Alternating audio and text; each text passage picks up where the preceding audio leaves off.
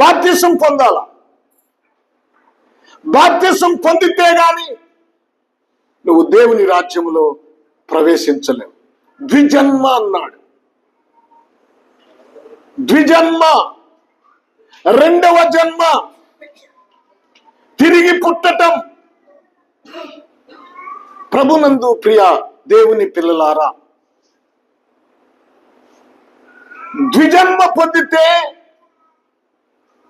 రెండవ మరణమైన నరకములోనికి నువ్వు వెళ్ళవు.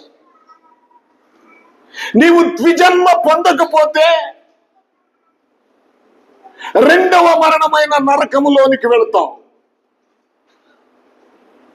ఆ రెండవ మరణమైన నిత్య నరకం, నాశనం తప్పించుకోవాలంటే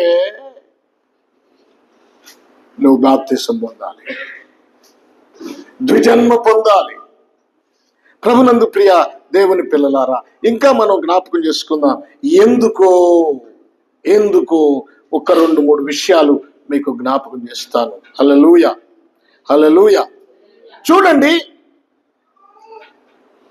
మీరు పేతురు రాసిన మొదటి పత్రిక 3వ అధ్యాయము 21వ వచనాన్ని చూడండి. పేతురు రాసిన మొదటి పత్రిక, చాలా జాగ్రత్తగా వినండి. దానికి సాదృశ్యమైన బాప్తిసము ఇప్పుడు మిమ్మును రక్షించుచున్నది. అదేదనగా శరీర మాలిన్యము తీసివేయట కాదు గాని యేసుక్రీస్తు పునరుద్ధాన మూలముగా ఏంటంట దేవుని విషయము నిర్మలమైన మనస్సాక్షినిచ్చు ప్రత్యుత్తరమే. ఇక్కడ నోవహు వాడను గురించి చెప్తున్నాడు. వాడ కట్టితే ప్రయోజనం లేదు, కట్టబడిన వాడలోనికి ప్రవేశించాలి. దేవుని మందిరమునకు నువ్వు వచ్చినంత మాత్రాన ప్రయోజనం లేదు. దేవుని మందిరానికి వస్తే నీకేమి లాభం? వచ్చిన నీవు దేవుని వాక్యం విని మారు మనసు పొంది బాప్తిసం పొంది దేవుని సంఘములో చేర్చబడటం మేలు. బాప్తిసం పొందకుండా దేవుని సంఘములోనికి ఎవరు చేర్చబడరు. దేవుని సంఘము అని నువ్వు చెప్పుకోవాలంటే నువ్వు ఖచ్చితంగా బాప్తిసం పొంది ఉండాలి. సరే, చాలా సంఘాలు ఉన్నాయిలేండి, బాప్తిసం పొందకపోయినా సంఘ పెద్దలుగా ఉంటారు. తాగుబోతోళ్ళు సంఘ పెద్దలే, ఏమండి, వ్యభిచారం చేసేవాళ్ళు సంఘ పెద్దలే, మోసం చేసేవాళ్ళు సంఘ పెద్దలే. ఈరోజు సంఘానికి పెద్దలు ఎలా ఉన్నారు? ఎలాంటి వాళ్ళు ఉన్నారు? తాగుబోతులు, దొంగలు, మోసగాళ్ళు, వ్యభిచారులు, కొట్లాడాడేవాళ్ళు, నోటుతో భయంకరంగా బూతులు తిట్టేవారు. నోరు తెరిస్తే బూతులు, గబ్బు నోరు, అది చండాలం. నోట్లో ఏదైనా జబ్బు వచ్చి గబ్బు కొట్టిన వాసన కొట్టినా పర్వాలేదు, కానీ బూతులు తిట్టే నోరు దేవునికి చాలా అసహ్యం. వాడు ఖచ్చితంగా నరకానికి వెళ్తాడు. కనుక బూతులు తిట్టేవాళ్ళు, అసభ్యకరంగా ప్రవర్తించేవాళ్ళు, వాళ్ళు సంఘం. ఇవన్నీ చెత్త అన్నమాట, తాలు. రేపు వీటన్నిటినీ గట్టి గింజలు కొట్టులోనికి చేర్చి ఈ తాళునంతా రేపు దేవుడు తగలబెట్టబోతున్నాడు. తగలబెడతాడు అంటే అగ్నిలో పడేస్తాడు. ఏమిటనుకున్నా, దేవునితో చెలగాటం కాదు. నువ్వేమనుకుంటున్నావు? వాక్యం అంటే ఏమనుకున్నావు? రక్షణ అంటే ఏమనుకున్నావు? నీ ఇష్టం వచ్చినట్లు ప్రవర్తించటం అనుకుంటున్నావా? ఒక్కసారి ఆలోచించుకోండి. మీరు దేవుని వాక్యం పరిశీలించండి. నేను వాక్యంలో ఉన్నదే చెప్తా, లేని విషయం ఒక్కటి కూడా చెప్పను, అవసరం లేదు నాకు. దేవుని మాటలే మీతో నేను పంచుకుంటా. ఇప్పుడు బాప్తిసం వలన వచ్చే ఆ గొప్ప కార్యం ఇక్కడ రాశాడు. ఎందుకంటే చూడండి, అక్కడ 21లో ఏముంది?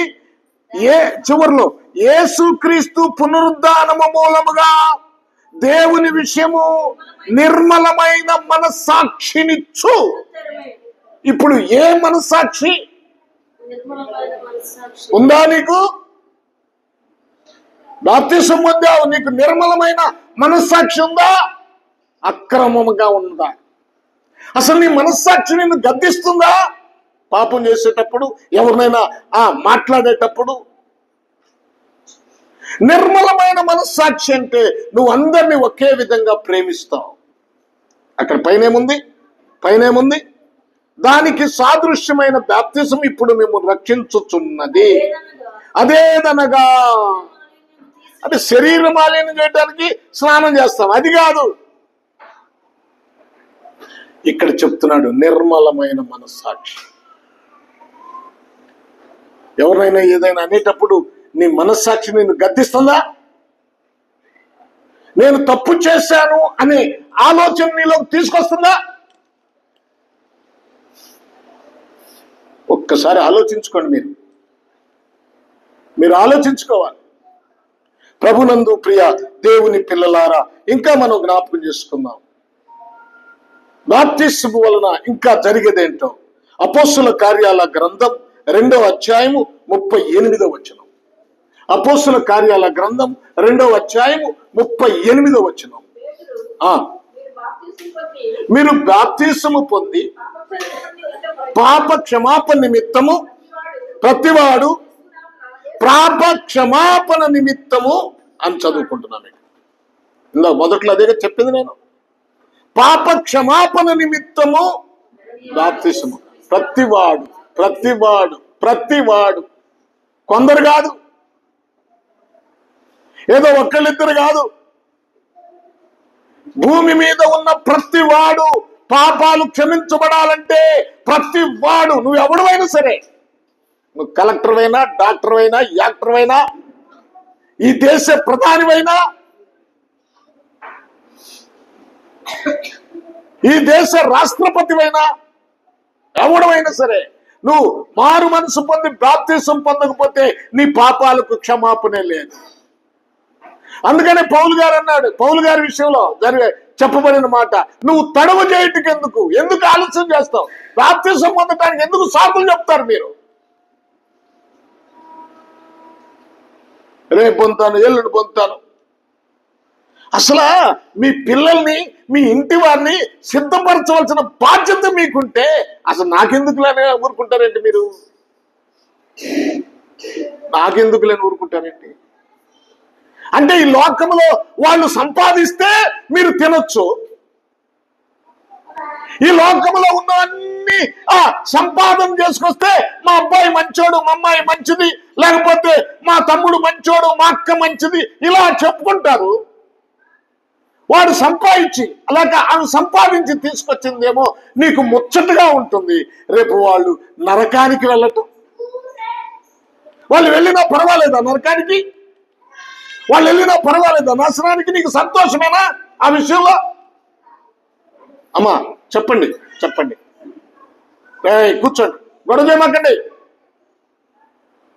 ఆ విషయంలో మీకు సంతోషమేనా?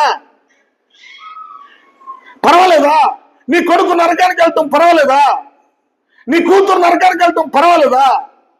నీ భర్త నరకానికి వెళ్ళటం పర్వాలేదా? నీ భార్య నరకానికి వెళ్ళటం పర్వాలేదా? నీ తల్లిదండ్రులు నరకానికి వెళ్ళటం పర్వాలేదా? మరి వాళ్ళని ఎందుకు నువ్వు ఎంకరేజ్ చేయవు? అమ్మా ఇలా ఉండటం తప్పు, అయ్యా ఇలా ఉండటం తప్పు, దేవుని వాక్యం చెప్తుంది, సత్యం అది. మనం ఏ బైబిల్ అయితే పట్టుకున్నామో, ఏ బైబిల్ అయితే చదువుతున్నామో, అదే బైబిల్ మనకు సత్యాన్ని నేర్పిస్తుంది. నాయన నువ్వు బాప్తిసం పొందాలయ్యా, తడవ చేయమాక. రేపు నీది కాదు, ఎవరిది రేపు నీది కాదు. నేడే రక్షణ. సమయం ఉండగానే ప్రభు అన్నాడు, రేపేం జరుగుతుందో ఇప్పుడైనా సమాధాన సంబంధమైన సంగతులు విని నువ్వు మార్పు చెందితే సరి, లేకపోతే నీ శత్రువు వస్తాడు, నీ చుట్టూ కట్టుగడతాడు, నిన్ను ఆతమారుస్తాడు. యెరూషలేమా అని ఆయన కన్నీరు పెట్టలేదా? నీ గురించి ఆయన నిరీక్షణతో ఎదురు చూడలేదా? నువ్వు మార్పు చెందాలని, బాప్తిసం పొందాలని, పరలోక రాజ్యానికి ప్రయాణం అవ్వాలని. యేసై ఎందుకు? క్రిస్మస్ జరుపుకోవటానికా యేసై నీకు?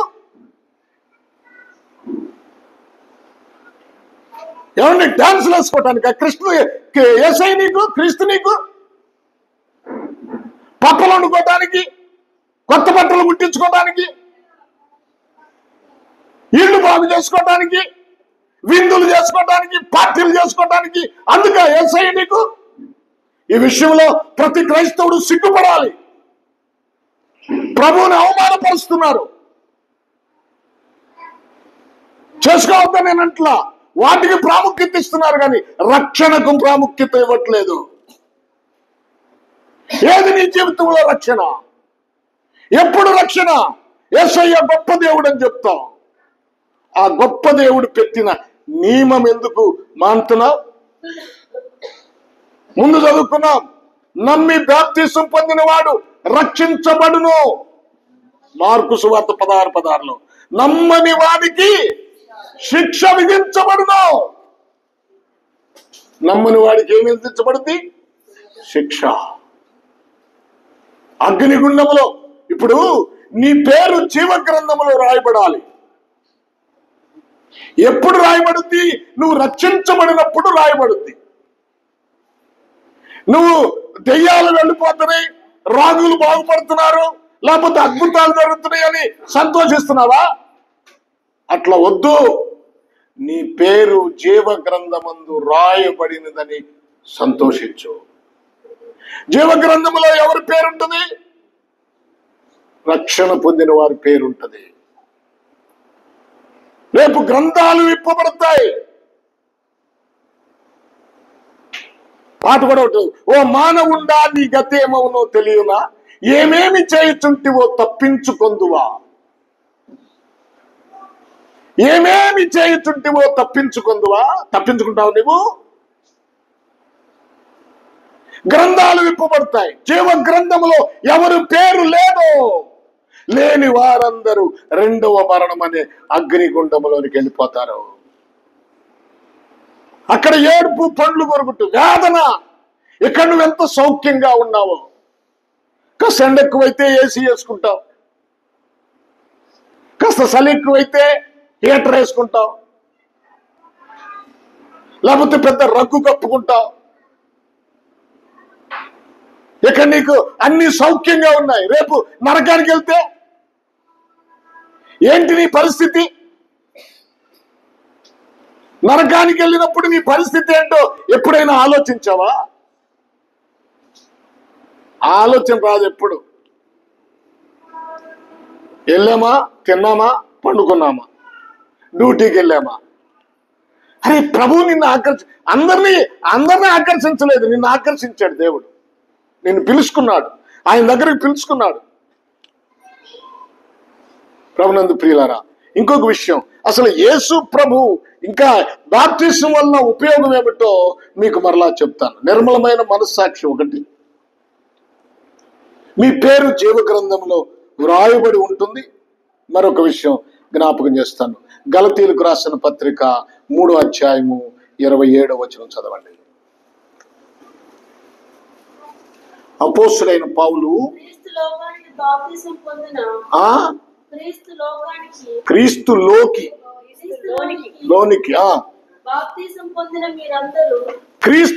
బాప్తిసం పొందిన మీరందరూ ఎవరిని ధరించుకున్నారమ్మా?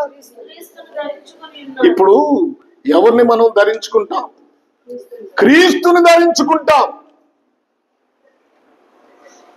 ఈ కొలసీలకు రాసిన పత్రికలో చెప్పబడింది ఏంటంటే, క్రీస్తులోనికి బాప్తిసం పొందిన మీరందరూ క్రీస్తును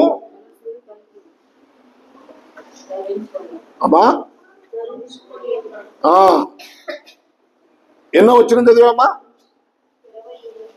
అమ్మా 3:27 చెప్పమ్మా చదువు. క్రీస్తులోనికి బాప్తిసం పొందిన మీరందరూ ఎవడు లేడు, అందరూ ఒకటే. దాసుడని స్వతంత్రుడని లేడు, పురుషుడని స్త్రీ అని లేదు. ఏంటంటే యేసు క్రీస్తునందు మీరందరూ ఏకముగా ఉన్నారు.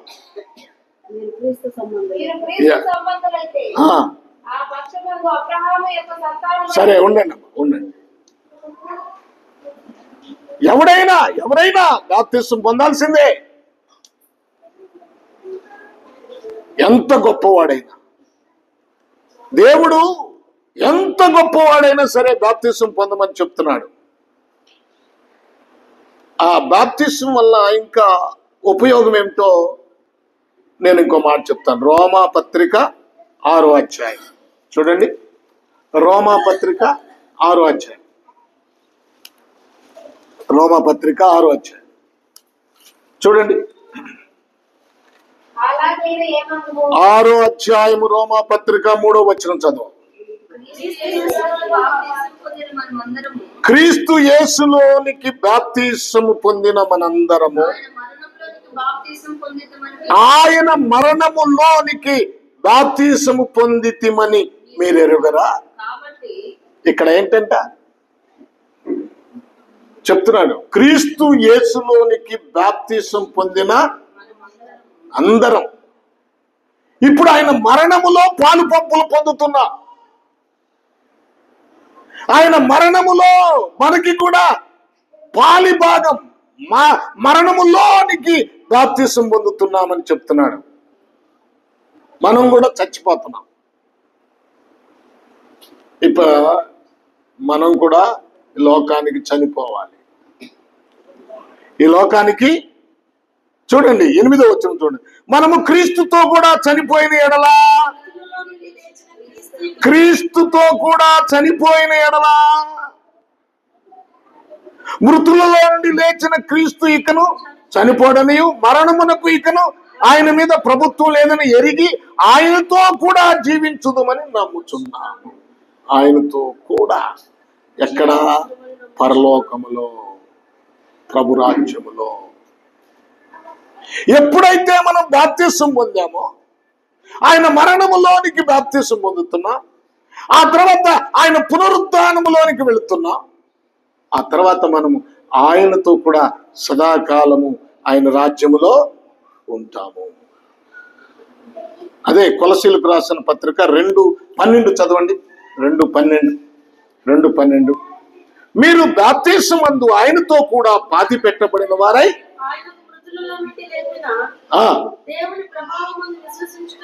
దేవుని ప్రభావమందు విశ్వసించుట ద్వారా ఆయనతో కూడా దేనిలో? బాప్తిసము పొందుట వలన. బాప్తిసము పొందుట వలన. ప్రభునందు ప్రియ దేవుని పిల్లలారా జ్ఞాపకం చేసుకుందాం. మనం పాతి పెట్టబడ్డాం, ఆయనతో లేపబడ్డాం. ఆయన మరణములో పాలిభాగస్తులు అవుతున్నాం. పౌలు గారు అదే అంటాడు కదా. ఎక్కడంటాడు ఆయన? పౌలు గారు ఒక మాట అంటాడు. మీరు చూడండి, పౌలు గారు ఫిలిప్పీలకు రాసిన పత్రిక 3వ అధ్యాయం. ఇవన్నీ చెప్తా ఉంటే టైం చాలా అవుతుంది. అది చూడండి, ఇక్కడ చూడండి 9వ వచనం, 3వ అధ్యాయం 9వ. చూడండి, క్రీస్తుని సంపాదించుకొని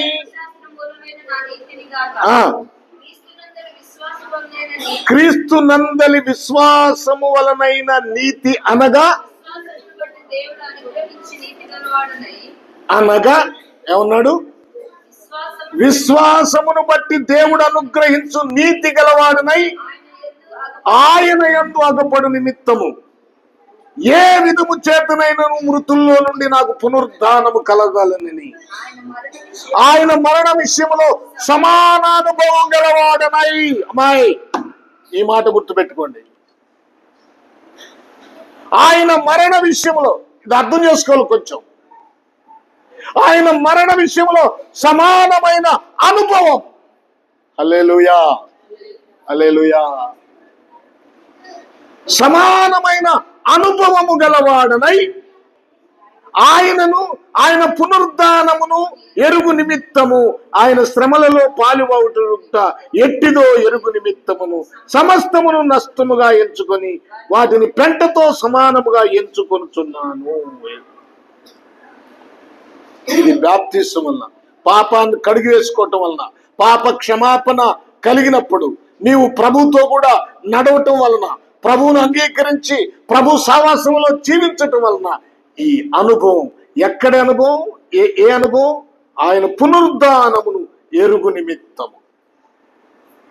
ఆయన పునరుద్ధానములో ఉన్న శక్తి రేపు నీకును పునరుద్ధానం, పరలోక రాజ్యానికి ఆరోహణం అవటానికి దేవుడు కనికరం చూస్తాడు.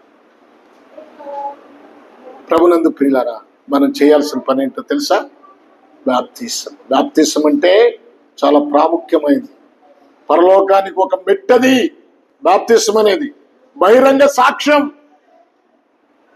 నేను ప్రభు అయిన యేసుక్రీస్తును అంగీకరించాను, ఆయన నా దేవుడు అని చెప్పటానికి బహిరంగ సాక్ష్యం.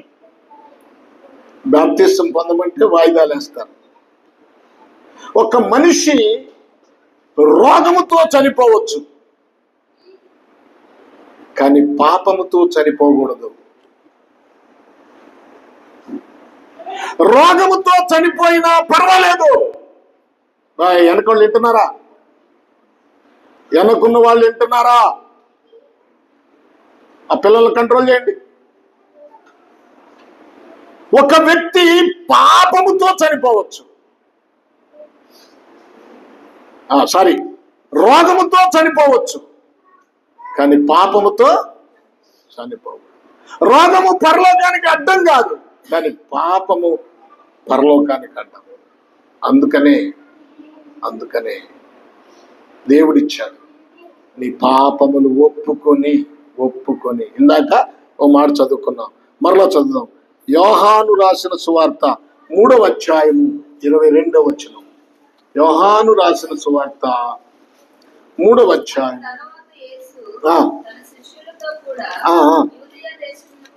వచ్చి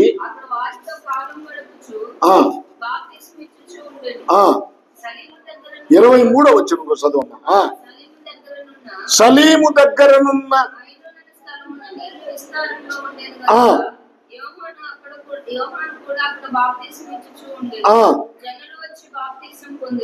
జనులు వచ్చి బాప్తిసము పొందిరి. దేవునికి స్తోత్రం, హల్లెలూయా. ఇక్కడ మనం జ్ఞాపకం చేసుకోవాల్సిన విషయం ఏమిటంటే, జనులు అనేకులు వచ్చి బాప్తిసము పొందుతూ ఉన్నారు. అక్కడ మనం మత్తయి రాసిన సువార్త 3వ అధ్యాయము 1వ వచనం చదవండి.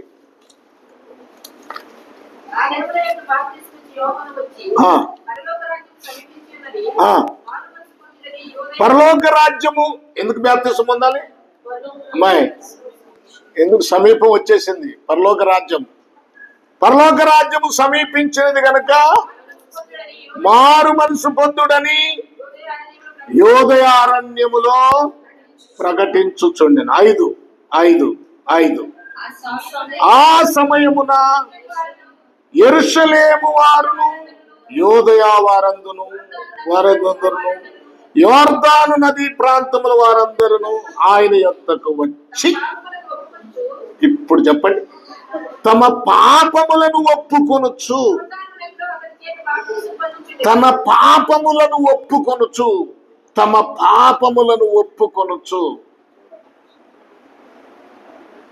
ఇప్పుడు పాపాలు ఒప్పుకుంటే, బాప్తిసం పొందితే పాపాలు క్షమించబడతాయి.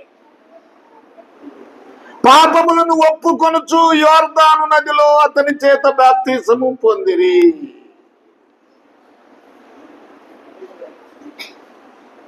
పాపములను ఒప్పుకుంటే పాపాలకు క్షమాపణ. పాప క్షమాపణ నిమిత్తము ప్రతివాడు యేసుక్రీస్తు నామములో బాప్తిసము పాపాలు కడిగి వేసుకోవటం కోసం బాప్తిసము పొందాలి. హల్లెలూయా, హల్లెలూయా. ఈ చాలా విషయాలు ప్రభు మనతో మాట్లాడుతున్నాడు. బాప్తిసం టైం అయిపోయింది కనుక నేను ముగిస్తున్నాను. ప్రభునందు ప్రియ దేవుని పిల్లలారా, బాప్తిసము పరలోకానికి ఒక మెట్టు. బాప్తిసం లేకుండా ఎవరు పరలోకానికి వెళ్ళలేరు, వెళ్ళే ప్రసక్తే లేదు. ఈ బాప్తిసం అనే చట్టం ఎవరు పెట్టారు? మత్తయి రాసిన సువార్త మీరు చివరి అధ్యాయం, ఎన్నో అధ్యాయం? 19 చూడండి. 28 సారీ చూడండి. మత్తయి రాసిన సువార్త 28 అధ్యాయము మీరు 18వ వచనం. అయితే యేసు వారి యొద్దకు వచ్చి ఇయ్యబడి ఉన్నది కాబట్టి మీరు వెళ్ళి, ఈ మాట ఎవరు చెప్తున్నారు? యేసుక్రీస్తు చెప్తున్నాడు. ప్రభు అయిన యేసుక్రీస్తు వారు, ఏ యేసైతే మన కోసం ప్రాణం పెట్టాడో, ఏ యేసైతే లోకములో దరిద్రుడయ్యాడో, ఏ యేసైతే సిలువలో కొట్టబడ్డాడో, ఏ యేసు కొట్టబడి ప్రాణం పెట్టాడు, అదే యేసు సమాధి చేయబడి మరలా తిరిగి పునరుద్ధానుడై ఆయన శిష్యుల యొద్దకు వచ్చి చెప్తున్నాడు, కాబట్టి మీరు వెళ్ళి సమస్త జనులను శిష్యులుగా చేయుడి, తండ్రి యొక్కయు కుమారుని యొక్కయు పరిశుద్ధాత్మ యొక్కయు నామములోనికి వారికి బాప్తిసమిచ్చుచు నేను ఏ ఏ సంగతులు మీకు ఏ ఏ సంగతులు ఆజ్ఞాపించుతునో వాటన్నిటినీ గైకొనవలనని బోధించుడే. ఇప్పుడు ఎవరు చెప్తున్నాడు? సమస్త జనులకు బాప్తిసం ఇవ్వమన్నాడు. కొద్ది మందికా ఇవ్వమన్నాడా? సమస్తానికి ఇవ్వమన్నాడా? సమస్త జనులను శిష్యులుగా చేయండి. శిష్యులు కావాలంటే బాప్తిసం పొందాలి. బాప్తిసం పొందటం వల్ల మరొక కార్యం ఏంటంటే పరిశుద్ధాత్మను పొందుతారు. మీరు యేసుక్రీస్తు నామంలో బాప్తిసం పొందండి, అప్పుడు పరిశుద్ధాత్మను వరమును పొందేదారు. ఎన్ని విషయాలు ఉన్నాయో బాప్తిసములో. ఈ బాప్తిసాన్ని వ్యర్థపరచుకోమాకండి. ప్రభు ఇచ్చాడు, నమ్మి బాప్తిసం పొందిన వాడు రక్షించబడదు, నమ్మని వానికి శిక్ష. చూడండి, నికోదేము వచ్చి అడిగాడు, అయ్యా ముసలివాడైనటువంటి మనుష్యుడు ఎలాగూ మరలా పుడతాడంటే, ఒకడు నీటి మూలముగాను ఆత్మ మూలముగాను జన్మించాలి. నీరు అక్షరానుసారమైన నీరు, నీరంటే వాక్యం, వాక్యములో పుట్టాలి, ఆత్మలో పుట్టాలి, అంటే ఆత్మలో మునగాలి. వాక్యములో బాప్తిసం అంటే ముంచుట అని చెప్పాను. బాప్తిసము అంటే ముంచుట, చల్లుట కాదు. బాప్టిజో ఇది గ్రీకు పదము, దాని తెలుగులో బాప్తిజము అన్నారు. బాప్తిజం అంటే సమాధి చేయబడుట, బాప్తిజం అంటే ముంచుట, చిలకరించుట కాదు. అది చల్లదు. బైబిల్ చెప్తున్న సత్యం ఇది. ఏదో ఒకట్లే సంఘంలో చేర్పించడానికి, మనం క్రైస్తవులుగా వీళ్ళని ఒక గుంపును పోగు చేసుకోవటానికని అప్పుడు ఏదో చల్లేసి ఇచ్చేశారు. చిన్నపిల్లలకి బాప్తిసం చల్లదది. ఏమండి, చిన్నపిల్లలకి బాప్తిసం చల్లదది. వాడికి పాపం ఏంటో తెలియదు, లోకం ఏంటో తెలియదు. వాడికి బాప్తిసం ఇచ్చి బాప్తిసం చిన్నప్పుడే పొందాడంట. అడిగితే బాప్తిసం నేను చిన్నప్పుడే పొందాను. చిన్నప్పుడు ఎట్ట పొందుతావు?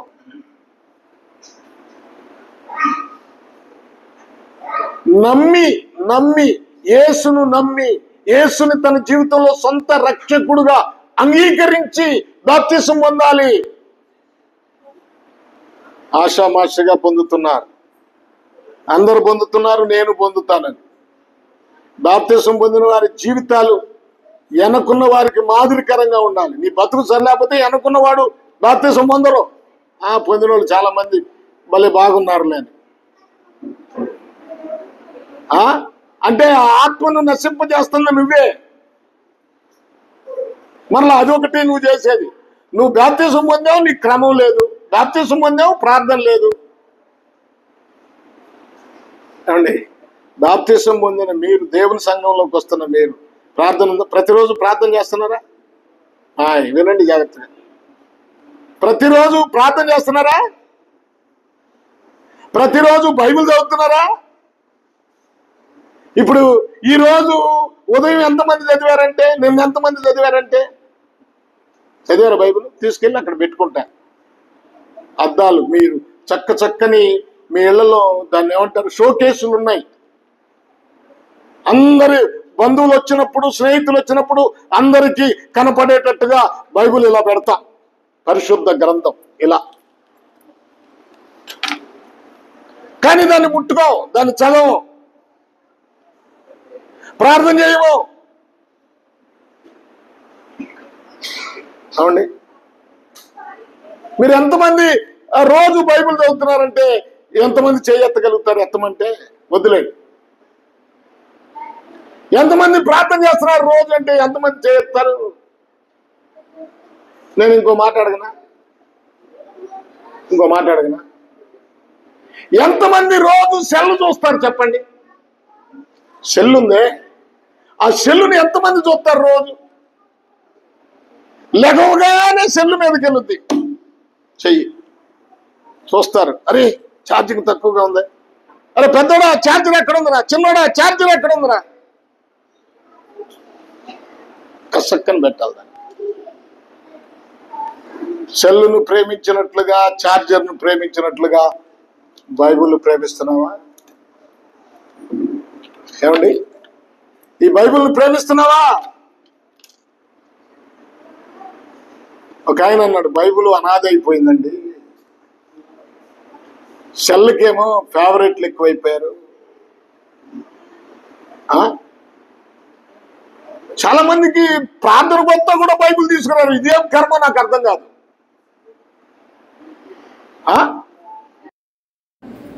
సెల్లో కుదరదండి. బైబిల్ తీసుకొచ్చి బైబిల్ పట్టుకోవటం అది ఆశీర్వాదం అండి. బైబిల్ పట్టుకొని ప్రార్థనకు రావటం ఆశీర్వాదం. ప్రభు చూస్తున్నాడు. సెల్ అన్నీ ఉంటాయి, పాపం ఉంటుంది, మోసం ఉంటుంది. సెల్లులో నానా రకాలన్నీ ఉంటాయి, బైబిల్లో ఉండవు. కనుక బైబిల్ పట్టుకొని ప్రార్థనకు రావాలి. బైబిల్ చూడాలి, వాక్యం చెప్పేటప్పుడు వాక్యం చదవాలి. కొంతమందికి ఏదో ఫ్యాషన్గా వస్తారు దేవుని మందిరానికి బైబిల్ లేకుండా. మీరు ఎవరికైనా బైబిల్ లేకపోతే నాకు చెప్పండి, నేను కొనుక్కొచ్చుతా. మేము కొనుక్కోలేమయ్యా బైబిల్, నాకు బైబిల్ లేదు, కావాలి పాస్టర్ గారు, రేపు పొద్దునే కొనుక్కొచ్చుతా. మీకు బైబిల్ రకరకాల బైబిల్, కాస్ట్లీ బైబిల్స్ ఉంటాయి, కానీ దాన్ని పట్టుకొని రాము చర్చికి. అది చదవం తీసి ఉదయం. ఏమండి, లోక చదువులు, లోక సంబంధమైన చదువులు పిల్లలకి వేలుకు వేలు అమ్మా వేలు చదివిస్తాం, కానీ బైబిల్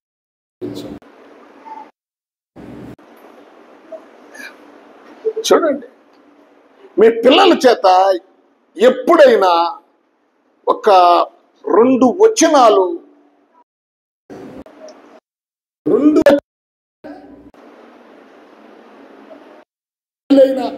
అమ్మా తల్లులు చెప్తున్నాను నేను, తల్లులు, యవనస్తులైన తల్లులు, 2 వచనాలు నీ క్యారెక్టర్, నీ పిల్లలు దీవించబడతారు. నీ క్యారెక్టర్, నీ జీవితం, నీ పిల్లలు ఎవరిని చూస్తారంటే తల్లిని చూస్తారు. అది గుర్తుపెట్టుకోండి. పిల్లలకు వాక్యం నేర్పించండి, రాయించండి. నువ్వు బాప్తిసం పొందితే నీ పిల్లలు బాప్తిసం పొందుతారు. గుర్తుపెట్టుకో, నువ్వు రక్షణలో సాగితే వాళ్ళు రక్షణలో సాగుతారు. నువ్వు ప్రార్థన చేస్తే వాళ్ళు ప్రార్థన చేస్తారు. నువ్వు బైబిల్ చదివితే వాళ్ళు బైబిల్ చదువుతారు. పండక్కి చీర కొనలేదు, పట్టు చీర కొనలేదని హింసించే వాళ్ళు భార్యలు చాలా మంది ఉన్నారు. ఆదివారం ప్రార్థనకు రమ్మని ఎప్పుడైనా మీ ఆయన్ని హింసించావా? ప్రార్థనకు రావడానికి హింసించవు. పట్టు చీరలు, లేకపోతే మా అమ్మగారింటికి వెళ్ళాలి, మా ఇంటికి వెళ్ళాలి, దానికి మాత్రం బాగా హింసిస్తావు. దేవుని ఇంటికి రావడానికి మాత్రం హింసించవు. పట్టించుకో. ఆయన వెళ్తున్నాడు, నువ్వురా, ఆడెందుకు వస్తాడు?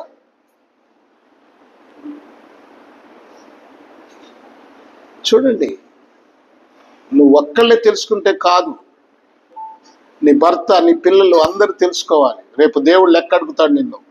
ఆ విషయంలో పాపం చేయొద్దు. సరే, టైం అయిపోయింది. రేపు మళ్ళా తర్వాత చెప్పుకుందాం. చాలా విషయాలు ఉన్నాయి ఈ బాప్తిసాన్ని గురించి. కనుక నమ్మి బాప్తిసం పొందిన వారు రక్షించబడతారు, నమ్మని వానికి శిక్ష. శిక్ష, హల్లెలూయా, శిక్ష. కనుక నమ్మి బాప్తిసం పొందండి. మీ పేరు జీవ గ్రంథంలో రాయించుకోనండి.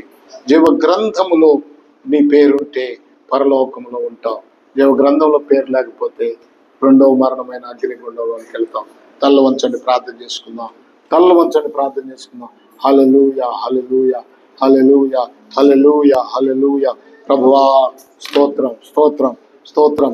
చెప్పబడిన వాక్యము కొంచెం ధ్యానం చేసుకుందాం. ప్రభువా, నీకు స్తోత్రం నాయనా, మహిమోన్నతుడా, స్తోత్రం.